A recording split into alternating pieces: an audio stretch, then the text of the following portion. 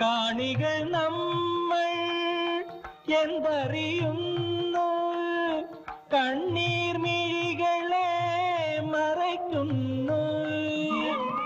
അലകടൽ നടുവിലും അഖില മനസ്സിലും അണുവിലും പള്ളിയുറങ്ങുന്നു.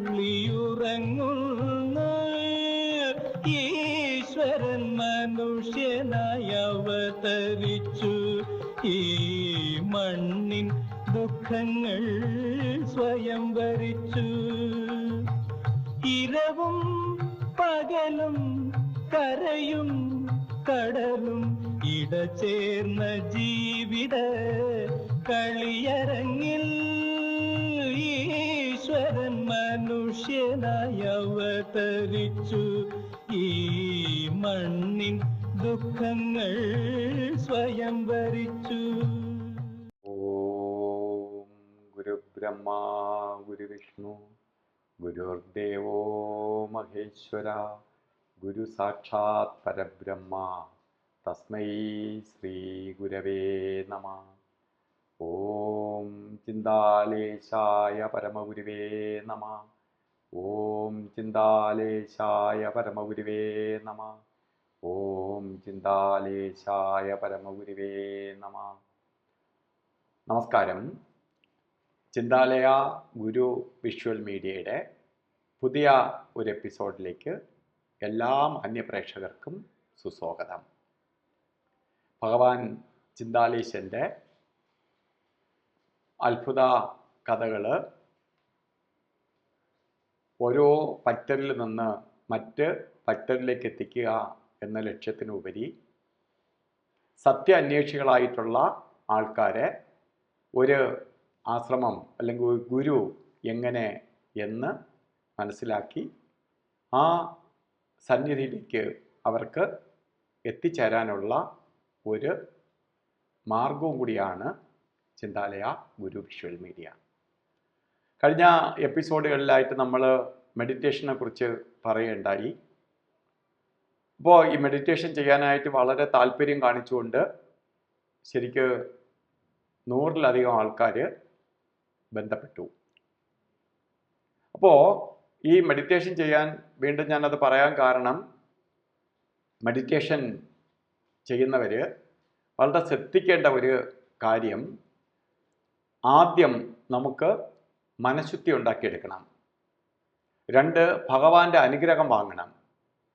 അപ്പോൾ ഭഗവാന്റെ അനുഗ്രഹം വാങ്ങി നമ്മൾ മനഃശുദ്ധി ആക്കിയെടുക്കാൻ വേണ്ടി എന്ത് ചെയ്യണം? 41 ദിവസം, ഒരു മണ്ഡല കാലയളവ് ഭഗവാന്റെ ഏതെങ്കിലും ഒരു ആശ്രമത്തിൽ പോയി നാമജപത്തിൽ പങ്കെടുക്കണം. വ്രതത്തോടു കൂടി, അതായത് ശവക്കറിയൊന്നും കഴിക്കാതെ 41 ദിവസം വ്രതത്തോടു കൂടി ഭഗവത് മന്ത്രം അല്ലെങ്കിൽ നാമജപത്തിൽ പങ്കെടുത്ത് നമുക്ക് ഏകാഗ്രത വന്നതിന് ശേഷമേ ശരിക്ക് മെഡിറ്റേഷൻ എടുക്കാവൂ. അപ്പോൾ അത് ചെയ്ത് അതാത് ക്ഷേത്രങ്ങളിൽ, അതാത് ആശ്രമങ്ങളിൽ അവിടുത്തെ നടത്തിപ്പുകാരായിട്ട് ആൾക്കാരുണ്ട്, കൺവീനർമാരുണ്ട്. അവരെ കണ്ട് അവരുടെ നിർദ്ദേശപ്രകാരം നാമജപം നടത്തിയതിന് ശേഷം മെഡിറ്റേഷന് വേണ്ടി തയ്യാറെടുക്കുക. നിങ്ങൾക്ക് വേണ്ട സപ്പോർട്ട് ഞാൻ ചെയ്തു തരാം. കാരണം ഭഗവാനോട് ചോദിക്കാതെ ചെയ്താൽ, എവിടെയെങ്കിലും ഇരുന്ന് നിങ്ങൾ മെഡിറ്റേഷൻ ചെയ്യുകയാണെങ്കിൽ അത് ചിലപ്പോൾ നിങ്ങൾക്ക് ഗുണത്തിലേറെ ദോഷം സംഭവിക്കാനിട വരും. അപ്പോൾ അതിൽ ഞാൻ ഈ പറഞ്ഞു എന്നുള്ളതിലുപരി എനിക്ക് അതിലൊരു പങ്കും ഉള്ളതല്ല. അത് പ്രത്യേകം ശ്രദ്ധിക്കുക. അപ്പോൾ നമ്മൾ ഇന്ന് നമ്മളുടെ ചാനലിൽ അതിഥിയായി വന്നിരിക്കുന്നത് കനകദാസാണ്.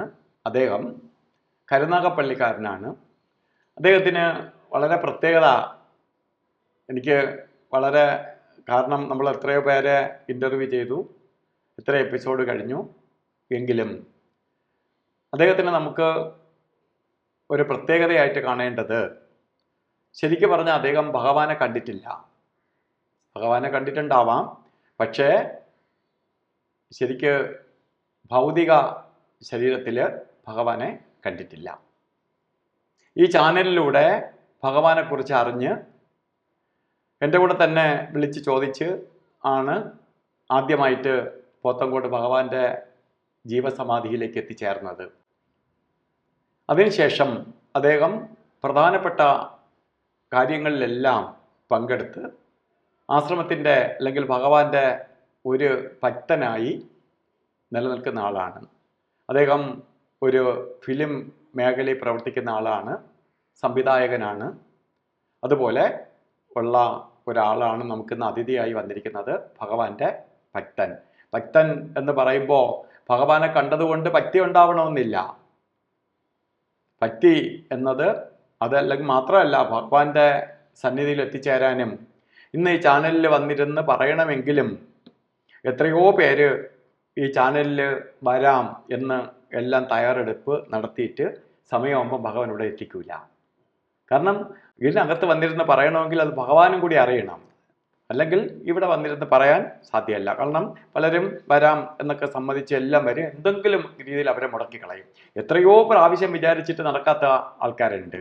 അപ്പോൾ അതിന് ഭഗവാൻ അനുവാദം തന്നു എന്ന് എന്നെ വിചാരിക്കാം.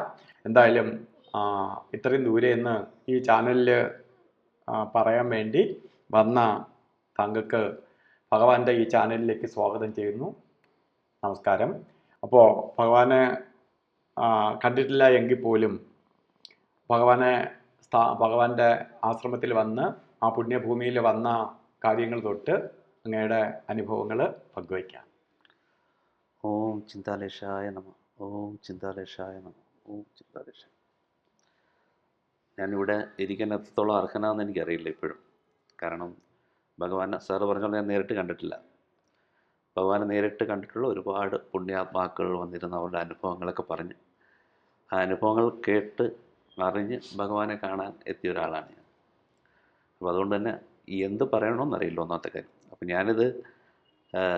ഞാൻ ഈ അടുത്ത ആശ്രമത്തിൽ വന്നപ്പോൾ, ആശ്രമത്തിൽ വരുമ്പോൾ ഞാനങ്ങനെ ആരെയും കൂടുതൽ സംസാരിക്കാനോ പരിചയപ്പെടുത്തൊന്നുമില്ല. അവിടെ മാറി ഒതുങ്ങിയിരുന്നു. അവിടെ എപ്പോഴും ആശ്രമത്തിൽ ഹരേ കൃഷ്ണ മന്ത്രം ഉണ്ടല്ലോ, അതിൻ്റെ ഭാഗമായിട്ട് കുറച്ച് നേരം ഇരിക്കും, ഭക്ഷണം കഴിക്കും, പോകും. ആകപ്പാടെ വരുന്നതും കാണുന്നതും സംസാരിക്കുന്നതും ജയകുമാർ സാറുമായിട്ടാണ്. അപ്പോൾ ഈ ഇടയ്ക്കാണ് അശോക് മാഷ്, ഫോട്ടോഗ്രാഫർ, എന്നെ കാണുകയും സംസാരിക്കുകയും ചെയ്യും. അപ്പോൾ അദ്ദേഹം ഇച്ചിരി ഞാൻ സംസാരിച്ചിട്ട് പോകും. പെട്ടെന്ന് ആരെ കണ്ടാലും അവർ കുറേ സംസാരിക്കാൻ ഒരുങ്ങുകയും ഞാൻ പെട്ടെന്ന് അങ്ങ് പോകും.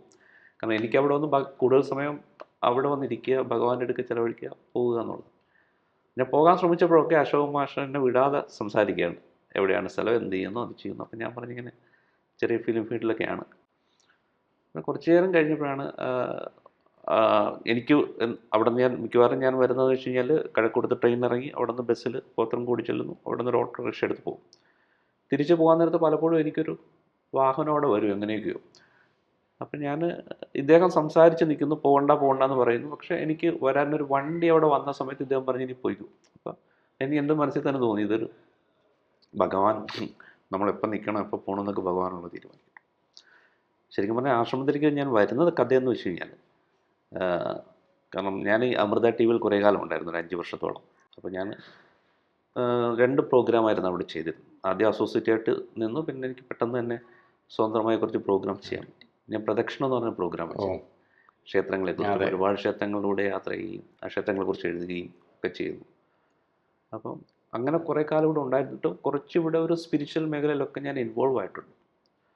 അപ്പോഴൊക്കെ എനിക്ക് ഭഗവാനിലേക്ക് എത്തിച്ചേരാൻ പറ്റില്ല. പിന്നീട് ഈ ലോക്ക്ഡൗൺ ആവുന്നു. അപ്പോൾ ലോക്ക്ഡൗണിന് മുമ്പേ ഞാൻ ചെറിയൊരു സിനിമ ചെയ്യാൻ വേണ്ടിയിട്ട് തയ്യാറാവുന്നു. പുതുമുഖങ്ങൾ വെച്ചിട്ട് ചെറിയൊരു സിനിമയാണ്. അപ്പോൾ ആ സിനിമ ഷൂട്ട് ചെയ്യുന്നു. അതിൻ്റെ സ്ക്രീൻ പ്ലേയും ഡിറക്ഷനും ഞാനായിരുന്നു. അത് ഭംഗിയായി ഷൂട്ട് ചെയ്തെല്ലാം കഴിഞ്ഞപ്പോഴാണ് കോവിഡ് വന്നു. അപ്പോൾ കോവിഡ് അറിയാമല്ലോ, നമുക്ക് ഒരിക്കലും സങ്കല്പിക്കാൻ പറ്റാത്ത സംഭവം. ഇപ്പം മാറും നമ്മൾ വെയിറ്റ് ചെയ്തു. അവസാനം നമ്മുടെ മേഖലകളെല്ലാം ഇനി എന്ന് തിരിച്ചു വരുമെന്ന് പോലും അറിയാത്ത അവസ്ഥ. സിനിമയുടെ അതുവരെയുള്ള ചരിത്രമേ മാറി. കാരണം സിനിമ ഇനി എന്താവും എങ്ങനെയാവും എന്നറിയില്ല. പോസ്റ്റ് കോവിഡ് തന്നെ സിനിമ ഒരുപാട് മാറി, പ്ലാറ്റ്ഫോംസ് മാറി, തിയേറ്ററുകൾ ഇനി എങ്ങനെയാവും എന്നൊക്കെ ഉള്ള ഒരാശങ്കയുള്ള കാലഘട്ടമായിരുന്നു ആ കാലഘട്ടം. അപ്പോൾ ആ കാലഘട്ടം കൂടുതൽ സമയം വീട്ടിലായിരുന്നു. അപ്പോൾ സിനിമ മുടങ്ങിയതിൻ്റെ വിഷമം, അങ്ങനെ പലതരത്തിലുള്ള പ്ലാൻ ചെയ്ത പല കാര്യങ്ങളും ഇനി നടക്കില്ല എന്ന് മനസ്സിൽ ഇങ്ങനൊരു വിഷമം ഉണ്ടാകുന്നൊരു കാലഘട്ടം. അപ്പോൾ പതുക്കെ ഞാൻ 22ാമത്തെ വയസ്സിലാണ് യോഗിയുടെ ആത്മകഥ എന്ന് പറയുന്ന പുസ്തകത്തിലേക്ക് വായിക്കുന്നത്. അപ്പോൾ അത് പലപ്പോഴും സാർ ഇൻ്റർവ്യൂവിൽ പറയാറുള്ള പുസ്തകം. അപ്പോൾ അത് കുറച്ച് വായിച്ചു. പിന്നീട് ഒരു 28ാമത്തെ വയസ്സിലാണ് എൻ്റെ ബാലൻസ് വായിക്കുന്നത്. അപ്പോൾ അന്ന് മുതൽ എനിക്കിങ്ങനെ കുറച്ച് അതിൽ നിന്ന് വായിച്ച കുറച്ച് അറിവുകൾ, മഹായോഗികളെക്കുറിച്ചുള്ള അറിവ്, അതുപോലെ MK രാമചന്ദ്ര സാറിൻ്റെ ഹിമാലയൻ യാത്രകൾ. അപ്പോൾ ഇതിൽ നിന്നൊക്കെയാണ് ഞാൻ ഇത്തരം യോഗികളെയും ഹിമാലയ യോഗികളെയും യോഗീശ്വരന്മാരെയും കുറിച്ചും അവധൂതന്മാരെ കുറിച്ചും ഇത്ര അത്ഭുത മനുഷ്യന്മാരെ കുറിച്ചൊക്കെ അറിയുന്നു. ജീവിതത്തിൽ അവരാരെയും നേരിട്ട് കണ്ടിട്ടുമില്ല. മായിയമ്മയെക്കുറിച്ചൊക്കെ അറിയുന്നത് അങ്ങനെയാണ്. അപ്പോൾ ഞാൻ കന്യാകുമാരി കൊണ്ട് പോയിട്ടുണ്ട്. അവിടെയും വെച്ച് എനിക്കൊരു നല്ലൊരു അനുഭവം ഉണ്ടായിട്ടുണ്ട്. മായിയമ്മയെ കണ്ടിട്ടില്ല. ഇല്ല. അപ്പോൾ ആ യാത്രയൊക്കെ കുറച്ച് എവിടെയൊക്കെയോ എൻ്റെ ഉള്ളിൽ ഇങ്ങനെ ഒരു സ്പിരിച്വൽ എലമെൻറ്റ്സ് കിടന്നിരുന്നു. അപ്പോൾ നല്ലൊരു ഗുരു, ആ ഗുരുവിനെ തേടിയുള്ള ഒരു യാത്രയായിരുന്നു മനസ്സ് മുഴുവൻ പലപ്പോഴും. അപ്പോൾ ലോക്ക്ഡൗൺ കാലഘട്ടത്തിൽ മറ്റൊന്നും ചെയ്യാനില്ല എന്നൊരു തോന്നലിൽ ഞാൻ വിചാരിച്ചു എന്തായാലും ഈ അവധൂതന്മാരെക്കുറിച്ച് ചിന്തിക്കുക, അങ്ങനെ ഒരു ഡോക്യുമെൻ്ററി എടുക്കാം. ഫ്രീ ടൈമാണല്ലോ, അതിനെക്കുറിച്ചൊക്കെ പഠിക്കുക. അപ്പോൾ യൂട്യൂബിൽ ഇങ്ങനെ അവധൂതന്മാരെ കുറിച്ച് പഠിക്കുകയൊക്കെ ചെയ്തു. അപ്പോൾ കാലി മസ്താൻ, പൂന്തുറസ്വാമി, വീണ്ടും മായിയമ്മ, അങ്ങനെ ഒരുപാട് ആൾക്കാരിലൂടെയുള്ളൊരു ട്രാവൽ. അങ്ങനെയാണ് ഒരു ദിവസം ആകസ്മികമായിട്ട് ചിന്താലയ ഗുരുവിഷ്വൽ മീഡിയ എൻ്റെ മുന്നിലേക്ക് വരുന്നത്. അപ്പോൾ നമ്മുടെ തിരുവല്ലത്തമ്മ അതൊക്കെ അതിലൂടെയൊക്കെ യാത്ര ചെയ്ത് വരുമ്പം ഞാൻ 1-2 ഇൻ്റർവ്യൂ കണ്ടപ്പോൾ എന്തോ എൻ്റെ മനസ്സ് അതിലേക്ക് അങ്ങ് സ്റ്റിക്ക് ഓൺ ചെയ്യുക. ഒന്നാമത്തെ കാര്യം, ഈ ഇൻ്റർവ്യൂ ഒക്കെ എന്നെ എക്സൈറ്റഡ് ആക്കിയതിൻ്റെ കാര്യം സാധാരണ ഇൻ്റർവ്യൂവിൻ്റെ ഒരു രീതിയല്ല. കാരണം സാധാരണ മനുഷ്യൻ അത്ഭുതകരമായ ഒരു ഗുരുവിൽ നിന്ന് കിട്ടിയ അവരുടെ ആത്മജ്ഞാനം അതിങ്ങനെ പറയുകയാണ്. അത് സ്പോണ്ടേനിയസ് ആണ്, ഇങ്ങനെ ഒഴുകി വരികയാണ്. അപ്പം അത് എന്നെ ഭയങ്കരമായി അതിൽ കോൺസെൻട്രേറ്റ് ചെയ്യുന്നൊരവസ്ഥ. അപ്പോൾ എൻ്റെ ഞായറാഴ്ചകൾ ഞാൻ കാത്തിരുന്നു ഇതിന് വേണ്ടിയിട്ട്. ഞാൻ അപ്പോൾ തന്നെ സബ്സ്ക്രൈബ് ചെയ്തു. കുറച്ച് എപ്പിസോഡ് കണ്ട ഒരു ദിവസം ഞാൻ സാറിൻ്റെ ഒരു മെസ്സേജ് ഇട്ടു. ഞാൻ നാരായൺജി എന്ന് പറഞ്ഞിട്ടൊക്കെ ആ സമയത്ത് സാറിൻ്റെ ഒരു വോയിസ് കിട്ടും. ഞാനിങ്ങനെയാണ്, കുറേ കാലം ഇങ്ങനെ ചാനൽ ഫീൽഡിലായിരുന്നു, ഇങ്ങനെ ഒരാളാണ്, എനിക്കിത് ഭയങ്കരമായിട്ട് ഇഷ്ടപ്പെട്ടു. അപ്പോൾ ഓരോ എപ്പിസോഡ് കഴിയുമ്പോഴും ഞാനങ്ങ് ഇതിൽ പതുക്കെ എൻ്റെ മനസ്സ് മുഴുവൻ ചിന്താലേഷനിലിങ്ങനെ വരികയാണ്. ഞാൻ പതുക്കെ എല്ലാ ദിവസവും ഭഗവാന്റെ ചിത്രം നോക്കി ഒരു പ്രാർത്ഥന തുടങ്ങി. എല്ലാ ഞായറാഴ്ച ഇത് കാത്തിരിക്കാൻ തുടങ്ങി. ഇത് എനിക്ക് ഞായറാഴ്ച ദിവസം കേട്ടിട്ട് ആ ദിവസം ഏതോ നമ്മളൊരു സ്പിരിച്വൽ ഒരു വലയത്തിലായി പോകുന്നു എന്ന് തോന്നിപ്പോയി. അപ്പോൾ അങ്ങനെ ഇരിക്കുന്ന അവസ്ഥയിലാണ് എനിക്കറിയാവുന്നൊരു സ്ഥലത്തൊരു അവധൂതനുണ്ട് എന്ന് ഞാൻ അറിയുന്നത്. അപ്പോൾ അദ്ദേഹത്തിനെ ഒന്ന് കാണാം. ആദ്യമായിട്ടാണ് ഒരു അവധൂതനെ കാണാനുള്ള തീരുമാനം എടുക്കുന്നത്. അദ്ദേഹത്തിനെ കാണാൻ വേണ്ടി ഒരു ദിവസം ഞാൻ പോകുന്നു. അപ്പോൾ അദ്ദേഹം അവിടെ ചെന്നൊരു മഴയുള്ള സമയത്താണ്. അപ്പോൾ അദ്ദേഹം, എനിക്ക് തോന്നിയത് മൗനവ്രതത്തിലാണെന്ന് തോന്നി. എനിക്ക് മുന്നേ നിന്നൊരു ശിഷ്യനെ അനുഗ്രഹിച്ചു വിടുകയും ഞാൻ എൻ്റെ ഊഴം എന്ന രീതിയിൽ തൊഴുതു നിന്നപ്പോൾ അദ്ദേഹം എന്നെ പെട്ടെന്ന് കടന്നു പോകാൻ പറഞ്ഞ് ആംഗ്യം കാണിച്ചു. അവൻ്റെ മാനസികമായിട്ട് ആകെപ്പാടെ തകർത്ത് കളഞ്ഞു. അപ്പം അങ്ങനെ ഒരാളെ കാണണമെന്ന് ഭയങ്കര ആഗ്രഹവും പ്രാർത്ഥനയായിട്ടൊക്കെ പോയത്. വല്ലാതെ വിഷമത്തിലായിപ്പോയി. ഞാൻ വീട്ടിൽ ചെന്നിട്ട് ചിന്താലയ സ്വാമിയുടെ ഫോട്ടോ എടുത്ത് ഇങ്ങനെ പ്രാർത്ഥിച്ചു. ഇങ്ങനെ ഇടയ്ക്കിടയ്ക്ക് പ്രാർത്ഥിച്ചു, എന്താണ് എനിക്കിങ്ങനെ പറ്റിയത്, എന്തായിരിക്കും എൻ്റെ കുറ്റം, എന്തായിരിക്കും അല്ലേ വിഷമം. കാരണം നമ്മളെപ്പോഴും പറയുന്നു, ഈ പറയുന്ന ഇത്തരം യോഗീശ്വരന്മാരുടെ ദേഷ്യം ഉണ്ടായിക്കഴിഞ്ഞാൽ അത് വേറൊരു അവസ്ഥയാണ്. നമ്മുടെ ഈ ജന്മത്തിൽ അല്ലെ കഴിഞ്ഞ ജന്മത്തിലെ പാവങ്ങളുടെ ഫലമാണെന്നൊക്കെ പറയുന്ന പോലെ ഞാനൊരു കൺഫ്യൂഷനായി. ഞാൻ എൻ്റെ സങ്കടമെല്ലാം ചിന്താലേശനോട് ഇങ്ങനെ പറഞ്ഞു. അത് നോക്കിക്കഴിഞ്ഞ് ഒന്ന് സ്കിപ്പ് ചെയ്തപ്പോൾ എനിക്ക് പെട്ടെന്നൊരു യൂട്യൂബ് ചാനൽ വരുന്നു. അപ്പോൾ അതിൽ ഒരാൾ അവധൂതന്മാരെ കുറിച്ച് ഇങ്ങനെ സംസാരിക്കുന്നു. ഭയങ്കര മനോഹരമായൊരു ടോക്ക്. അപ്പോൾ അതിൻ്റെ അടിയിൽ ഒരു ഫോൺ നമ്പർ. അപ്പോൾ ഞാൻ വിളിച്ചപ്പോഴാണ് ദേശികം രഘുനാഥ് എന്നാണ് അദ്ദേഹത്തിൻ്റെ പേര്. അങ്ങനെയാണ് അദ്ദേഹത്തിന് പരിചയം. ഞാൻ അന്ന് രാത്രി തന്നെ അദ്ദേഹത്തിനെ വിളിച്ച് എനിക്കിങ്ങനെ അനുഭവം ഉണ്ടായി. ഞാൻ ഇങ്ങനെ ഒരാളാണ്, തിരുവനന്തപുരത്ത് കുറേ വർഷം ഉണ്ടായിരുന്നു, കുറേ ക്ഷേത്രങ്ങളിൽ, തിരുവനന്തപുരത്ത് തന്നെ കുറേ നല്ല ക്ഷേത്രങ്ങളിലെ എപ്പിസോഡുകൾ ഞാൻ എഴുതി ചെയ്തിട്ടുണ്ട്. കേരളത്തിലെ പല ക്ഷേത്രങ്ങളൊക്കെ പറഞ്ഞു. അപ്പോൾ പറഞ്ഞു, എല്ലാം കേട്ട് ഇരുന്നിട്ട് കുറേ നേരം സംസാരിച്ചിട്ട് പറഞ്ഞു, അനിയൻ പറഞ്ഞ ആ അവധൂതൻ സ്വാമി എടുക്കാൻ ഞാൻ അടുത്ത ആഴ്ച വരുന്നുണ്ട്, അനിയൻ സമയമുണ്ട് എൻ്റെ കൂടെ വന്നോളൂ. ഞാനിങ്ങനെ എനിക്ക് ഭയങ്കര വണ്ടറായി പോയത്. ഞാനിങ്ങനെ സാറ് വരുന്നു, സാറുമായിട്ട് സ്വാമിയുടെ അടുക്ക് പോകുന്നു. സ്വാമിക്ക് എന്നോട് വലിയ സ്നേഹം ഒക്കെ സ്വാമിയുടെ കണ്ണുകളിലുണ്ട്. നീ നേരത്തെ വന്നവനല്ലേ എന്നുണ്ട്, ആ ചിരിയൊക്കെ ഉണ്ട്. പക്ഷെ എന്നോട് കുഞ്ഞിനെ പോലെ ഒരു വാത്സല്യത്തോടെയൊക്കെ അദ്ദേഹം സഹകരിക്കുന്നത് വലിയ അനുഗ്രഹമായി. പിന്നീട് ഞാൻ അവിടെ ഇടയ്ക്ക് പോവിച്ചു. ഇതെല്ലാം കഴിഞ്ഞിട്ട് എൻ്റെ മനസ്സപ്പോഴും ഇവിടെ ആശ്രമത്തിൽ വന്നിട്ടില്ലല്ലോ. അങ്ങനെയാണ് ഞാൻ സാറിനെ വിളിച്ചിട്ട്, സാർ ജയകുമാർ സാറിൻ്റെ നമ്പർ തരും. അങ്ങനെ സാറിനെ വിളിച്ചു. ജയകുമാർ സാറിനെ വിളിച്ചിട്ട് അവിടെ ചെല്ലുന്നു. ജയകുമാർ സാർ എല്ലാം പറഞ്ഞു തന്നു. കൃത്യമായിട്ട് സമാധി സ്ഥലം കൊണ്ട് കാണിച്ച് ഓരോ ഇതിൻ്റെ പ്രത്യേകതകൾ, തൊഴേണ്ട രീതികൾ. എന്നിട്ട് ഞാൻ തൊഴുതു കറങ്ങി വന്നു.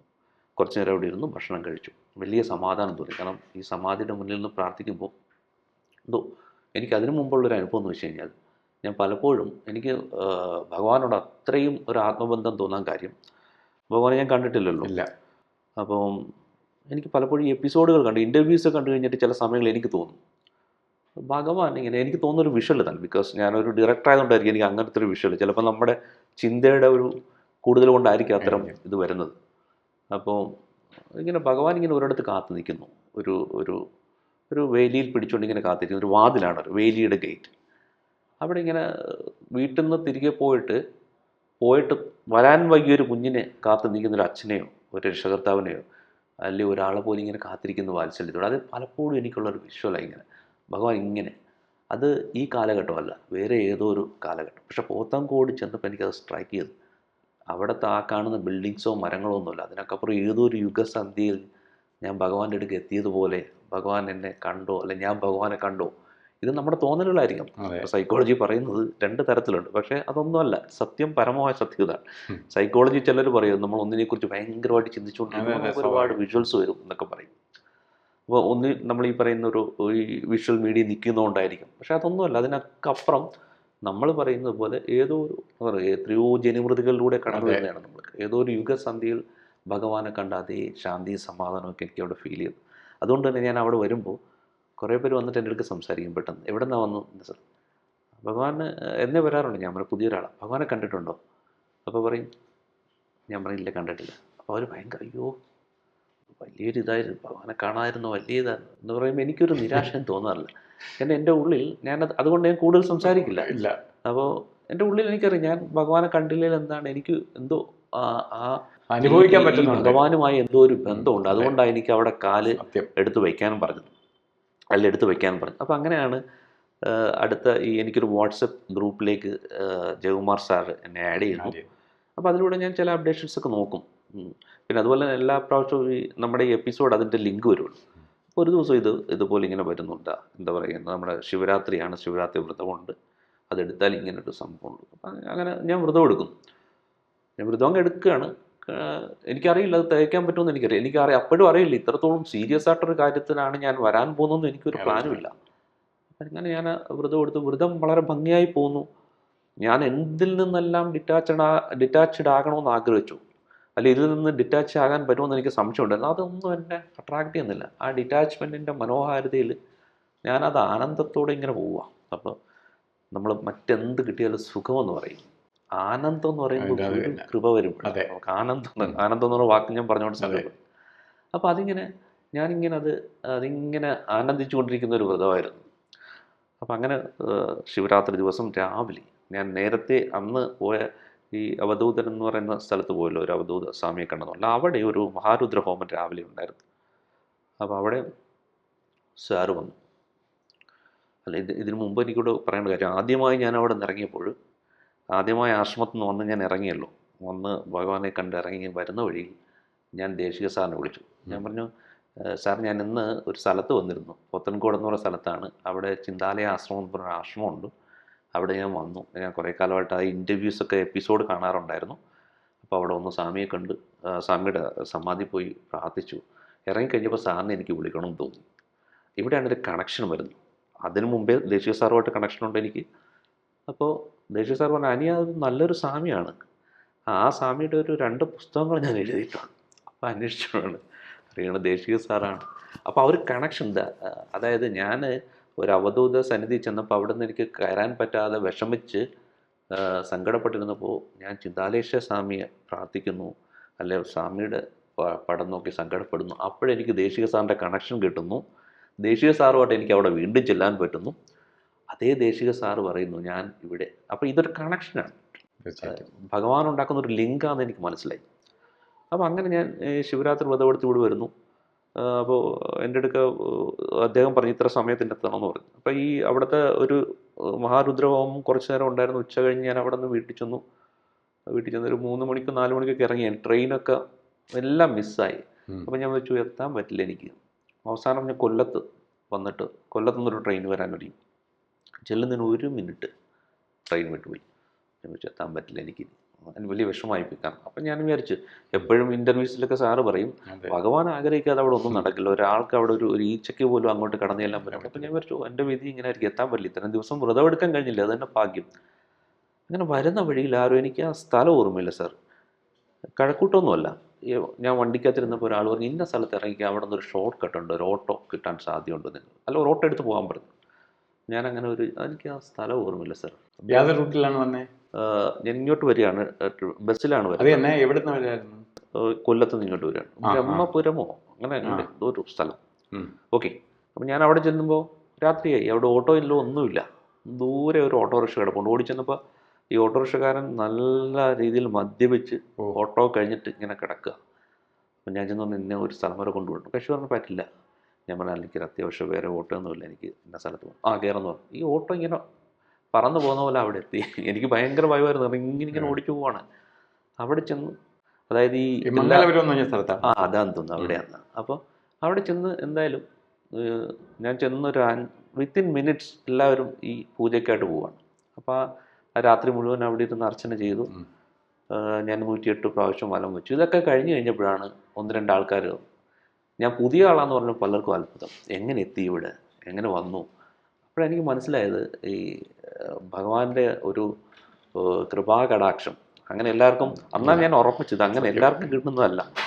അതുമാത്രമല്ല 108 പ്രാവശ്യം വലം വെച്ചു എന്നത് തികച്ചു എന്ന് കേട്ടപ്പോഴും ഒരാൾക്കൊരു സംശയം. സാധാരണ ആൾക്കാർ ആദ്യമായിട്ട് വരുന്നവരത് കുഴഞ്ഞു പോകും. പക്ഷെ ഓരോ പ്രാവശ്യം വലം വയ്ക്കുമ്പോഴും സമാധിയുടെ മുന്നിൽ വരുമ്പോൾ എനിക്ക് ഭയങ്കര ഒരു ശക്തി എവിടെ നിന്നോ കിട്ടുന്ന പോലെ എനിക്ക് തോന്നിയിട്ടുണ്ട്. അപ്പോൾ അത് വലിയൊരു എക്സ്പീരിയൻസ് ആയിരുന്നു. പിന്നീട് എനിക്ക് പിന്നീടുള്ളതെന്ന് വെച്ചാൽ ഈ ഇൻ്റർവ്യൂസിലൂടെയുള്ള എക്സ്പീരിയൻസ് ഓരോന്നും. കാരണം എനിക്ക് പലപ്പോഴും തോന്നിയിട്ടുള്ളതും ഈ ഭഗവാന് കൃഷ്ണൻ്റെ കൂടെ വൃന്ദാവനത്തിലുണ്ടായിരുന്ന ആൾക്കാരുണ്ട്. എന്നിട്ട് ഭഗവാനെക്കുറിച്ച് വൃന്ദാവന നിവാസികൾ പറയും. കാരണം ഭഗവാൻ ഇങ്ങനെ അമൃതധാര പോലെ ഒഴുകിയാണ് സംസാരിക്കുന്നത്. ഓരോരുത്തരും വന്ന് സംസാരിക്കുമ്പോൾ എനിക്കത് തോന്നും, ഇങ്ങനെ അമൃതധാര പോലെ ഇങ്ങനെ പറയാറ്. കാരണം ആ ആനന്ദം കിട്ടിയ, കൃപാകടാക്ഷം കിട്ടിയ, ആ ജന്മത്തെ അവർക്ക് കിട്ടിയ പുണ്യം, ഇതൊക്കെ ഇങ്ങനെ പറയുന്നത് ആത്മാവിൽ നിന്നാണ് വരുന്നത്, അതൊരു ശബ്ദത്തിൽ നിന്നല്ല. എനിക്ക് പലപ്പോഴും ജയകുമാർ സാറ് തന്നെ, എനിക്കെപ്പോഴും ജയകുമാർ സാറിൻ്റെ ഇൻ്റർവ്യൂ കാണുമ്പോൾ എനിക്ക് തോന്നുന്നത്, സാർ ഈ 4 വയസ്സ് മുതൽ അവിടെ ഉണ്ടായിരുന്നവർ, ഈ സാറ് പറയുന്നതാണ് വൃന്ദാവനത്തിലെ ഭഗവാൻ കൃഷ്ണനെ കണ്ട് അവിടെ ജീവിച്ച ഒരു സ്പിരിച്വൽ നൊസ്റ്റാളജി ഉണ്ടല്ലോ, ഒരു ആത്മീയ വൈകാരികത എന്നൊക്കെ പറയും, സ്പിരിച്വൽ നൊസ്റ്റാൾജിയ. അപ്പം ഞാനതൊക്കെ കാണുമ്പോൾ എനിക്കത് എപ്പോഴും തോന്നും, ഇങ്ങനെ ഒരു വൃന്ദാവനത്തിൽ വന്ന കുറേ മനുഷ്യന്മാർ, ആ വൃന്ദാവനത്തിൻ്റെ സുഹൃതം, ആ പുണ്യം, നമ്മളെപ്പോഴും പറയുമല്ലോ ഈ ജീവാത്മാവിൽ നിന്ന് പരമാത്മാവിലേക്കുള്ള തീർത്ഥയാത്രയാണ് ജന്മം എന്നൊക്കെ പറയുന്ന പോലെ, ഈ ആത്മാവ്, മനസ്സ്, ബുദ്ധി, ശരീരം എന്നൊക്കെ പറയുന്ന പോലെ ഒരു നല്ല ഗുരുവിന് നമ്മളിപ്പോൾ എപ്പോഴും പലയിടത്തും വായിക്കുമ്പോഴാണ് നമ്മുടെ ജ്ഞാനമാകുന്ന തിമിരത്തെ ജ്ഞാനമാകുന്ന അഞ്ജനം കൊണ്ടാണ് ഗുരു നമുക്ക് പ്രകാശം നൽകുന്നത് എന്നൊക്കെ പറയുന്ന പോലെ, ഞാൻ എത്രയൊക്കെ വായിച്ചു, അങ്ങനെ ഒരുപാടൊന്നും വായിച്ചിട്ടില്ലെങ്കിൽ ഞാൻ പറയാം, ഈ എൻ്റെ വർക്കുമായിട്ട് ബന്ധപ്പെട്ട് പല പഠനങ്ങളും നടത്തിയിട്ടും പൂർണ്ണനായ ഒരു ഗുരു, ആ ഗുരു എന്താണ് എന്നുള്ളത് ഈ ചിന്താലേശ്യ സ്വാമി അല്ലെങ്കിൽ ഭഗവാനെക്കുറിച്ച് ആൾക്കാർ പറയുന്ന എക്സ്പീരിയൻസ് എന്നാണ് എനിക്കത് മനസ്സിലാവുന്നത്. സ്വാമി എല്ലാ തരത്തിലും ഭഗവാൻ പരിപൂർണനാണെന്ന് തോന്നിയിട്ടുണ്ട്. പലപ്പോഴും നമ്മൾ ഈ യോഗീശ്വരന്മാരുടെ മുന്നിലൊക്കെ എത്തുമ്പോൾ അവരെപ്പോഴും അടുപ്പിക്കണമെന്നില്ല. കാരണം സാർ തന്നെ ഇൻ്റർവ്യൂസ് പറഞ്ഞിട്ടുണ്ട്, കാരണം ഈ മനുഷ്യൻ്റെ പ്രാരാബ്ദങ്ങൾ, കാരണം നമ്മൾ ഉള്ള പാപങ്ങളും ഒന്നും അറിയില്ലല്ലോ ഇത് എന്താണെന്നുള്ളത്, ചെയ്ത പാപങ്ങൾ മുഴുവനുമായിട്ട് ചെല്ലുകയാണ്. അപ്പോൾ അവർ നമ്മുടെ ഈ പറയുന്ന പ്രശ്നങ്ങളും സംഘർഷങ്ങളും പ്രാരാബ്ദങ്ങളും ഒക്കെ ഏറ്റെടുക്കുകയാണ്. അപ്പോൾ എല്ലാവരും അടുപ്പിക്കില്ല. ഭഗവാൻ അങ്ങനെയല്ല. ഭഗവാന്റെ കാരുണ്യത്തിനെ കുറിച്ച് എല്ലാവരും പറയുമ്പോൾ, കാരണം ഞാൻ ഭയങ്കര അത്ഭുതപ്പെട്ടു പോകാറുണ്ട്. കാരണം ഈ MK രാമചന്ദ്ര സാറിൻ്റെ പുസ്തകം വായിച്ചപ്പോൾ എനിക്ക് തോന്നി ഇതുപോലെ മഹാത്മാക്കൾ ഇല്ല എന്ന് തോന്നി. അപ്പോൾ പിന്നീട് ഭഗവാനെ കുറിച്ച് അറിഞ്ഞപ്പോഴാണ് ഇതൊന്നുമല്ല, ഇതിനൊക്കെ അപ്പുറത്തേക്ക് നമുക്ക് അതിനൊക്കെ അപ്പുറത്തേക്ക് ഇപ്പം നമ്മൾ മഹാവതർ ബാബാജി, അദ്ദേഹത്തിൻ്റെ ഇപ്പോൾ ലാഹിരി മഹാശാനാണെങ്കിലും യുക്തേശ്വരൻ, യോഗാനന്ദ ബ്രഹ്മസൊക്കെ ഓരോരുത്തരുടെ എക്സ്പീരിയൻസിലൂടെ അവരുടെ ഈ എഴുത്തുകളൊക്കെ വായിക്കുമ്പോഴും ഇതിനൊക്കെ സാധാരണ മനുഷ്യരിലൂടെ ഇതൊക്കെ കാണിച്ചു കൊടുക്കുന്നു. കാരണം ഇപ്പോൾ സൂക്ഷ്മ ശരീരത്തിലൂടെ യാത്ര ചെയ്ത്, കാരണം ചില എപ്പിസോഡൊക്കെ ഞാൻ വീണ്ടും എടുത്തുകയാണ്. ഇപ്പോൾ തക്കല സതീശൻ എന്ന് പറയുന്ന അദ്ദേഹത്തിൻ്റെ എപ്പിസോഡുകളും സാറുമായിട്ടുള്ള ഒരു ഇൻട്രാക്ഷൻ ഉണ്ടല്ലോ അദ്ദേഹത്തിൻ്റെ. അപ്പോൾ സാറിൻ്റെ പല എപ്പിസോഡും ഞാൻ എടുത്തു കാണുന്നുണ്ട്. സാറിൻ്റെ മൂകാംബിയെ പോയ കാര്യം, സാറിൻ്റെ എനിക്കിത് ചില എപ്പിസോഡുകൾ, ഉദാഹരണത്തിന് ഈ സതീശൻജിയുടെ എപ്പിസോഡ് കാണുമ്പോൾ ഞാൻ എത്രയോ പ്രാവശ്യം കണ്ടെന്നുണ്ട്. എനിക്കത് കാരണം ആ സമാധി സമയത്ത് ഭഗവാന് ഇങ്ങനെ ഈ സമാധിയിൽ ഇരുത്തുന്ന സമയത്ത് എന്തോ ഒരു വിളക്കോ വീണിട്ട് വിളക്കല്ല, എന്തോ ഒരു ഗുരുവിന്റെ ഒരു പ്രതിമ ഉണ്ടായിരുന്നു. പ്രതിമ ഞാനുണ്ടായിരുന്നു, ഞങ്ങൾ ഇരിക്കുകയായിരുന്നു. അപ്പോൾ ഇരിക്കുന്ന സമയത്ത് സ്വാമിയുടെ മടിയിലേക്ക് ആ പ്രതിമ എടുത്തു വെച്ചു, ഗുരുവിന്റെ. ആ ഗുരുവിന്റെ പ്രതിമ എടുത്തു വെക്കുന്ന സമയത്ത് ഈ പ്രതിമ മറിഞ്ഞുപോയി. അപ്പോൾ സ്വാമി കൈകൊണ്ട് ഇങ്ങനെ പിടിച്ച് ചേർത്ത് വെച്ച്. അപ്പോൾ ഒരു നിമിഷം എല്ലാവരും അങ്ങനെ ആയിപ്പോയി. അദ്ദേഹം ജീവസമാധിയിലാണ്. അതെ, ജീവസമാധിയിലാണ്. അപ്പോൾ ഇതൊക്കെ നമ്മൾ വായിച്ചറിഞ്ഞതിനപ്പുറത്തേക്ക് നമ്മൾ ഇതുപോലൊരു ഭഗവാൻ ഇവിടെ ഉണ്ടായിരുന്നു, കുറച്ച് സാധാരണ മനുഷ്യരുടെ ജീവിതത്തിലേക്ക് വലിയ ആത്മീയ വിപ്ലവങ്ങൾ നടത്തി. കാരണം എല്ലാം എനിക്ക് തോന്നിയത് സാധാരണക്കാരാണ്. അവരിലൂടെ നടത്തിയ ഒരു ആത്മീയ യാത്ര എന്ന് വെച്ചാൽ അവരൊക്കെ എത്രയോ ജനിമൃതികളിലൂടെ കിട്ടിയൊരു പുണ്യമാണ്. എനിക്ക് അതാണ് റെവല്യൂഷൻ എന്ന് പറയും. സ്വാമി ശരിക്കും പറഞ്ഞു കഴിഞ്ഞാൽ ഒരു വിപ്ലവമാണ് ഉണ്ടാക്കിയത്. സത്യം അല്ലേ? സത്യമല്ലേ? സാധാരണ മറ്റുള്ളവരുടെ കാര്യങ്ങൾ എടുത്ത് നോക്കുമ്പോൾ അതിനൊക്കെ ഓരോ തലങ്ങളുണ്ട്. അല്ലെ ഒരു കൂട്ടം ആൾക്കാർ, അല്ലെ ഒരു രീതിയിൽ, അല്ലെ ഒരു പ്രത്യേക വിഭാഗത്തിലേക്ക് കടന്നു. സ്വാമി അങ്ങനല്ല. സ്വാമി എല്ലാവരെയും ഒരേപോലെ കണ്ട് അതുപോലെ സ്വാമിയായിട്ട് കണക്റ്റഡ് ആയിട്ടുള്ള പലരും. ഇപ്പോൾ UK വർക്ക് ചെയ്യുന്ന ഒരു പ്രവീൺ എന്ന് പറഞ്ഞൊരു പയ്യനുണ്ട്. അപ്പോൾ എൻ്റെ നാട്ടിലാണ് അദ്ദേഹം താമസിക്കുന്നത്. അപ്പോൾ അദ്ദേഹം ഒരു പോസ്റ്റ് ഒരു ദിവസം സ്വാമിയുടെ ഇടുന്നു. അപ്പോൾ ഞാൻ അതിനടിയിൽ ഓം ചിന്താലേശ പരമഗുരു എന്ന് പറഞ്ഞിടുന്നു. അദ്ദേഹം എന്നെ അവിടെ നിന്ന് വിളിക്കുന്നു, കോണ്ടാക്ട് ചെയ്യുന്നു. അപ്പോൾ അദ്ദേഹം ഭയങ്കര എക്സൈറ്റഡായി. ഇങ്ങനെ നിങ്ങൾക്ക് പരിചയം ഉണ്ടായിരുന്നു. അപ്പോൾ സ്വാമിയുടെ കൂടെ കുറേ നാൾ താമസിച്ചൊരു പയ്യനത്, വിദ്യാഭ്യാസ കാലഘട്ടത്തിൽ സ്വാമിയുടെ തൊട്ടടുത്ത് മുറിയിൽ താമസിച്ചു. അപ്പോൾ അയാളുടെ എക്സ്പീരിയൻസ്. അപ്പോൾ സ്വാമിയുമായിട്ട് അടുപ്പമുള്ള ആൾക്കാരെയൊക്കെ നമ്മളിങ്ങനെ കണക്ട് ചെയ്ത് ചില ആൾക്കാരുമായിട്ട് കണക്ട് ചെയ്തു. ഇപ്പം അശോക മാഷ് അന്നിങ്ങനെ വിടാതെ സംസാരിച്ചുകൊണ്ടാണ് ഞാൻ ഇവിടെ വന്നിരിക്കുന്നത്. കാരണം ഞാൻ അവിടെ വന്നിട്ട് അധികം ആരോട് സംസാരിക്കില്ല. കാരണം മറ്റൊന്നല്ല, അവിടെ ഇങ്ങനെ എഴുതിയിട്ടുണ്ട് ശബ്ദം പ്രാർത്ഥന നാമജപം. അപ്പോൾ അത് ഞാൻ ഒരു പരിധി വരെ അനുസരിക്കുന്ന ഒരാളാണ്. അപ്പോൾ അവിടെ നിന്ന് പലരും ഇങ്ങനെ സംസാരിക്കും, എവിടെ എന്നൊക്കെ ചോദിക്കാൻ വരുമ്പോൾ എനിക്കൊരു ഭയമാണ്. കാരണം അപ്പോൾ ഞാൻ അവിടെ നിന്ന് ഇറങ്ങുമ്പോഴും അന്ന് അശോക മാഷ എന്നെ വിടുന്നില്ല. കക്ഷി വിടാതെ ഇങ്ങനെ ഈ വിഷ്വൽ ഫീൽഡ് മീഡിയ എന്ന് പറയും. അപ്പം എനിക്ക് മനസ്സിലായി ഇതിനായിരിക്കാം കുറച്ച് നേരം സംസാരിക്കേണ്ടതെന്ന് ഇതിനായിരിക്കാം. അപ്പം അങ്ങനെ ഭഗവാനെക്കുറിച്ച് പറഞ്ഞു കഴിഞ്ഞാൽ എൻ്റെ ചെറിയ എക്സ്പീരിയൻസ് ആണ്. ഇപ്പം ഞാൻ ഓരോ ഇൻ്റർവ്യൂസ് കാണുമ്പോഴും ഹരീന്ദ്ര സാറിൻ്റെ അദ്ദേഹത്തിൻ്റെ ഇൻ്റർവ്യൂസ് ഒക്കെ ഞാൻ എടുത്തിട്ടുണ്ട്. ജീവധാര എന്ന് പറയുന്ന പ്രോജക്റ്റ്. അപ്പോൾ അദ്ദേഹത്തിൻ്റെ കുറച്ച് എപ്പിസോഡും അവിടുത്തെ ഹോസ്പിറ്റലിൽ കുറച്ച് പ്രൊസീജിയറും ഒക്കെ ഷൂട്ട് ചെയ്തിട്ടുണ്ട് അമൃത ടിവിയിലായിരുന്ന സമയത്ത്. അപ്പോൾ അദ്ദേഹം ഇങ്ങനെ പറയുമ്പോൾ ഞാൻ അതിശയിച്ചു പോയി. കാരണം വെച്ചാൽ അന്ന് അദ്ദേഹത്തിൻ്റെ ഇൻ്റർവ്യൂസ് എടുക്കുമ്പോഴോ അവിടെ പോയി ഷൂട്ട് ചെയ്യുമ്പോഴോ ഒന്നും അറിയില്ല നമുക്ക്. അപ്പോൾ ഇതുപോലൊരു വലിയ ഗുരുകൃപ, ഗുരു ചൈതന്യത്തിൽ നിന്നൊക്കെ വന്നവരാണ് ഇവരൊക്കെ എന്ന് പറയുമ്പോഴൊക്കെ ഓരോന്നും. ഇപ്പോൾ സാറ് തന്നെ പറഞ്ഞിട്ടുണ്ട് സാറിൻ്റെ ഇൻ്റർവ്യൂസിൽ ഈ പറയുന്ന സാറെ എനിക്കെപ്പോഴും സാറിനോടുള്ളൊരു സ്നേഹം എന്ന് വെച്ചപ്പോൾ സാറ് ആ ഭക്തി നിർമ്മലമായിട്ട് അങ്ങ് പറയുക.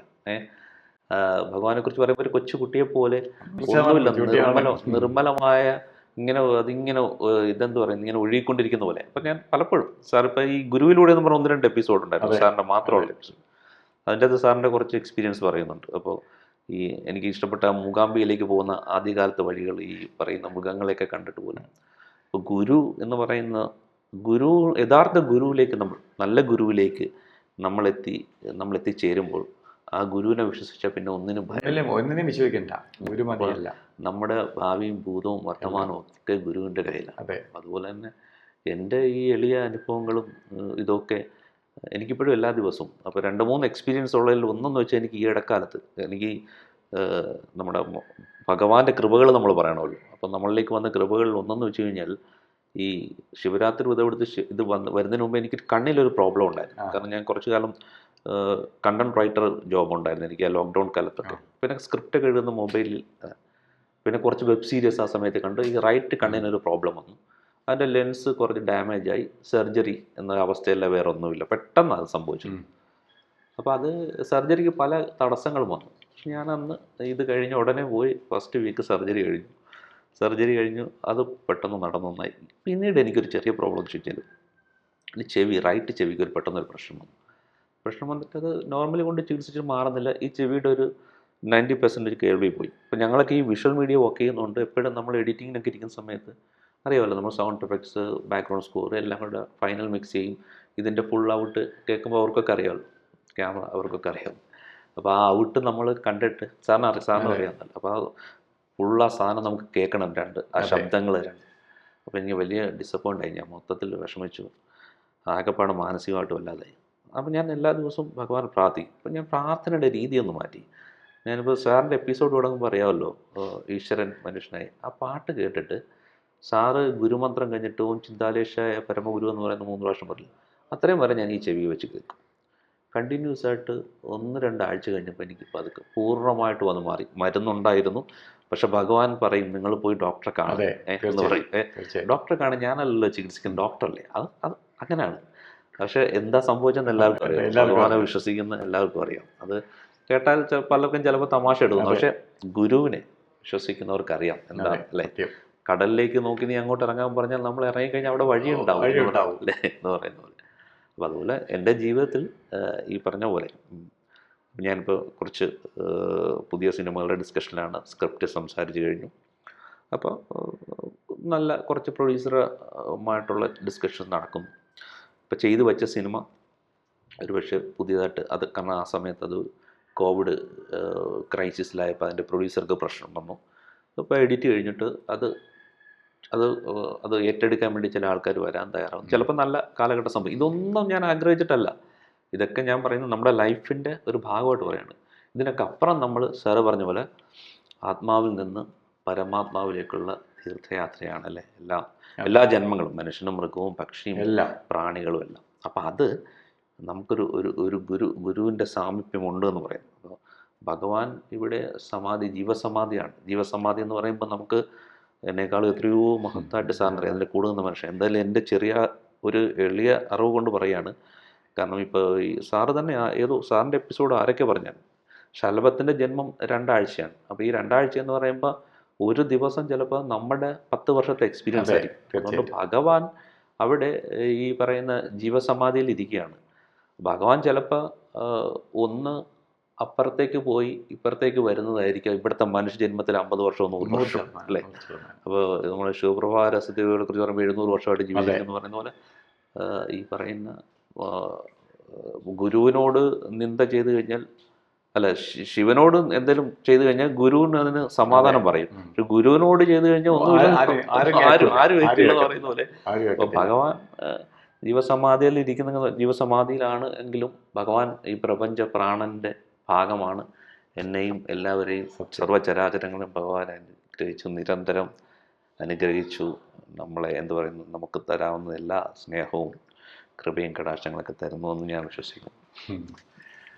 വളരെ നല്ല രീതിയിൽ, കാരണം അങ്ങ് വളരെ കാര്യമായി ഭഗവാനെ കുറിച്ച് മനസ്സിലാക്കി, അതെങ്കിൽ ഭഗവാന്റെ ചൈതന്യം എന്ന് പറയുന്നത് അത് ഉൾക്കൊള്ളുക എന്ന് പറഞ്ഞാൽ എല്ലാവരുടെ മനസ്സിലും കയറില്ല. നമ്മളവിടെ 100 വർഷം അല്ലെങ്കിൽ ഞാൻ 50 വർഷം ഇവിടെ ഉണ്ടായിരുന്നു, 40 വർഷം ഉണ്ടായിരുന്നു എന്ന് പറഞ്ഞാലൊന്നും അർത്ഥമില്ല. ഈ ചിലപ്പോൾ 40 വർഷം നിന്നവർക്ക് ഭഗവാനെ ഒന്നും അറിഞ്ഞുകൂടാ, ഭഗവാനിൽ നിന്നും ഒന്നും കിട്ടിയിട്ടുണ്ടാവില്ല. ഭഗവാൻ എപ്പോഴും ഹൃദയത്തിൽ, ഭഗവാൻ എപ്പോഴും ദയാലുവാണ്, സ്നേഹസ്വരൂപനാണ്, ഭക്തവത്സലനാണ്, അന്നദാന പ്രഭുവാണ് ഭഗവാൻ. അപ്പോൾ ഒരു ഭക്തൻ ഭഗവാനെ എന്ന് ഭക്തിയാൽ പ്രാർത്ഥിച്ചാൽ ഭഗവാൻ അത് കേൾക്കും. കാരണം പ്രപഞ്ചത്തിൽ എവിടെ ഇരുന്ന് പ്രാർത്ഥിച്ചാലും അതിന് ചിന്താലയ ഗുരുവിന്റെ അടുത്ത് തന്നെ വരണമെന്നില്ല, ആശ്രമത്തിൽ തന്നെ വരണമെന്നില്ല. ഭഗവാനെ എവിടെ ഇരുന്ന് പ്രാർത്ഥിച്ചാലും എത്രയോ പേര്, ഇപ്പം സാറെന്നെ വിളിച്ച പോലെ എന്നെ ചാനൽ കണ്ടിട്ട് വിളിക്കാറുണ്ട്. ഞാൻ സ്വാമിയെ കണ്ടിട്ടില്ല. എൻ്റെ വലിയ വിഷമഘട്ടങ്ങളിൽ ഞാൻ ഈ വിഷ്വൽ മീഡിയ കണ്ടിട്ട് ഞാൻ ഭഗവാനെ മനസ്സിൽ ത്യാജിച്ചിട്ടുണ്ട്. ഒരു കാര്യത്തിന് പോയി എല്ലാം സഫലീകരിച്ചു. ഞാൻ ഇനി എൻ്റെ അച്ഛനും അമ്മയും ഞാനും നേരാത്ത ക്ഷേത്രങ്ങളൊന്നുമില്ല, അപ്പൊ ഒന്നും സംഭവിച്ചില്ല. ഞാൻ ഒരു നേർച്ചയും തന്നില്ല. ഭഗവാനെ പോണ കാര്യം നടത്തി തന്നെ, എനിക്ക് വേറെ വഴിയില്ല എന്ന് പറഞ്ഞൊരു ഭക്തൻ ഭഗവാന്റെ പറഞ്ഞ ഭഗവാൻ അത് കേൾക്കും. അതിന് എവിടെ ഇരുന്ന് പറഞ്ഞാലും അതാണ് സ്വാമിയുടെ ഒരു പ്രത്യേകത. എൻ്റെ ഇതുവരെയുള്ള ഏറ്റവും വലിയ ഒരു പ്രത്യേകത അത് ഭക്തൻ. അതുകൊണ്ട് ഇത്രയും സമയം അവിടെ. അതുപോലെ ഒരു കാര്യം കൂടെ ഞാൻ പറഞ്ഞോട്ടെ, ഈ എപ്പിസോഡുകളാണ് എന്നെ ഇത്രയും സാറിൻ്റെ ഈ പറയുന്ന അവിടെ വന്നിട്ട് ഭഗവാനുമായിട്ട് ഇടപെട്ട ആൾക്കാർ പറയുന്ന അനുഭവങ്ങൾ. അപ്പോൾ അതുപോലെ തന്നെ ഓരോ ഭഗവാൻ നമ്മളൊരു കലാകാരനായിട്ട് ജീവിക്കുന്നു, അല്ലെങ്കിൽ ആ കലാകാരനാകണമെന്ന് ആഗ്രഹിക്കുന്നു എന്നൊക്കെ പറയുമ്പോൾ നമുക്കിടുന്ന മറ്റു പല അത്ഭുതങ്ങളുണ്ട്. ഇപ്പം ഭഗവാൻ ഇഷ്ടപ്പെട്ട രാഗമാണ് ആബേരി രാഗം. ഒരു ഇൻ്റർവ്യൂ ഞാൻ കണ്ടായിരുന്നു. അപ്പോൾ അതിനുശേഷം ഈ ആബേരി രാഗത്തിൽ എത്രയോ പാട്ടുകളാണ് ഞാൻ എടുത്ത് കേൾക്കുന്നത്. അതുപോലെ ചിത്തരഞ്ജനി രാഗം, ഷൺമുഖപ്രിയ, അങ്ങനെ ഓരോ കാര്യങ്ങളും. ഇപ്പം ഈ അശോകൻ മാഷിൻ്റെ ഇൻ്റർവ്യൂസ് തന്നെ പറഞ്ഞിട്ടുണ്ട്, ക്യാമറ എങ്ങനെയാണ് ഒരു ഫ്രെയിം ചെയ്യേണ്ടത്, അല്ലെങ്കിൽ ക്യാമറ ടെക്നിക്സ്. അപ്പോൾ ഭഗവാൻ അറിയാത്ത വിഷയമൊന്നുമില്ല, സർവ്വ കലകളും സാധുവിനെ കുറിച്ചും അറിയാം. ആരൊക്കെ ഒരു പുസ്തകം എഴുതി കൊണ്ടുവന്നിട്ട് ഇതൊന്ന് നോക്ക് ഭഗവാൻ, ഞാൻ എന്താണ് പിള്ളേ, ഞാൻ എനിക്ക് ഇംഗ്ലീഷ് ഒന്നും വായിക്കാൻ അറിയത്തില്ല, എന്നാലും പിന്നെ ഇന്ന പേജിൽ ഒരു പ്രശ്നമുണ്ട്, അത് അടുത്ത ആഴ്ച ഏതോ ഒരാഴ്ച ഇന്നടുത്തൊരു ടോക്ക് ഉണ്ട്, അവിടെ അതിന് ഇതുണ്ടെന്ന് പറയുമ്പോൾ അപ്പം നമ്മൾ ആ ഭഗവാന്റെ മുന്നിൽ എന്ത് മറക്കില്ല, എല്ലാം കണ്ടവൻ അല്ലെ ത്രികാലജ്ഞാനി. അതുകൊണ്ട് ഇവിടെ വരാനുള്ള ഇവിടെ വരാനും അങ്ങക്കിന്ന് ഇവിടെ വരാനും ഈ ചാനലിൽ വന്ന് ഭഗവാന്റെ ഭക്തർക്ക് വേണ്ടി സംസാരിക്കാനും ഭഗവാൻ നിയോഗിച്ചതാണ്. ഭഗവാൻ നിയോഗിക്കാതെ വരത്തില്ല. കാരണം ഇന്നെന്നല്ല പല ദിവസങ്ങളിൽ പലരും വരാനായിട്ട് ഇന്നവരെ ഇവിടെ കൊണ്ട് എത്തിച്ചിട്ടില്ല. അതാണ് ഞാൻ പറഞ്ഞത്, നിങ്ങളെ കൊണ്ട് എത്തിച്ചത് ഭഗവാൻ ഇഷ്ടമുള്ളത് കൊണ്ടാണ്. അപ്പം ഭഗവാന് നിങ്ങളെ ഇഷ്ടമുണ്ട്, അതിന് സംശയമൊന്നും വേണ്ട. അതിനൊരു തെളിവാണ് ഇന്ന് ഇവിടെ വന്നിരുന്ന് ഈ ചാനലിലൊന്ന് പറയാനും നിങ്ങളെ ഈ ഭക്തന്മാരെല്ലാം കാണാനും ഈ വാക്കുകൾ ശ്രമിക്കാനും ഒക്കെ ആയിട്ട് വന്നത്. അതുകൊണ്ട് അങ്ങയുടെ എല്ലാ പ്രോജക്റ്റുകളും നല്ല ഭംഗിയായി ഭഗവാന്റെ സഹായത്താൽ അല്ലെങ്കിൽ ഭഗവാന്റെ അനുഗ്രഹം ഉള്ളത് കൊണ്ട് ഇനി കുറിച്ചോളുക, എല്ലാം ഭംഗിയാവും, അതിന് ഒരു സംശയം വേണ്ട. എല്ലാം ഭംഗിയായി വരും എന്നുള്ളതിന് സംശയം വേണ്ട. എന്തായാലും ഇത്രയും സമയം വന്ന് സമയം ചെലവഴിച്ച് ഇത്രയും ദൂരെ നിന്ന് ഇവിടെ വന്ന് ഭഗവാന്റെ ചാനലിൽ വന്ന് സംസാരിക്കാൻ വന്നതിന് ഒന്നുകൂടി നന്ദി, നമസ്കാരം.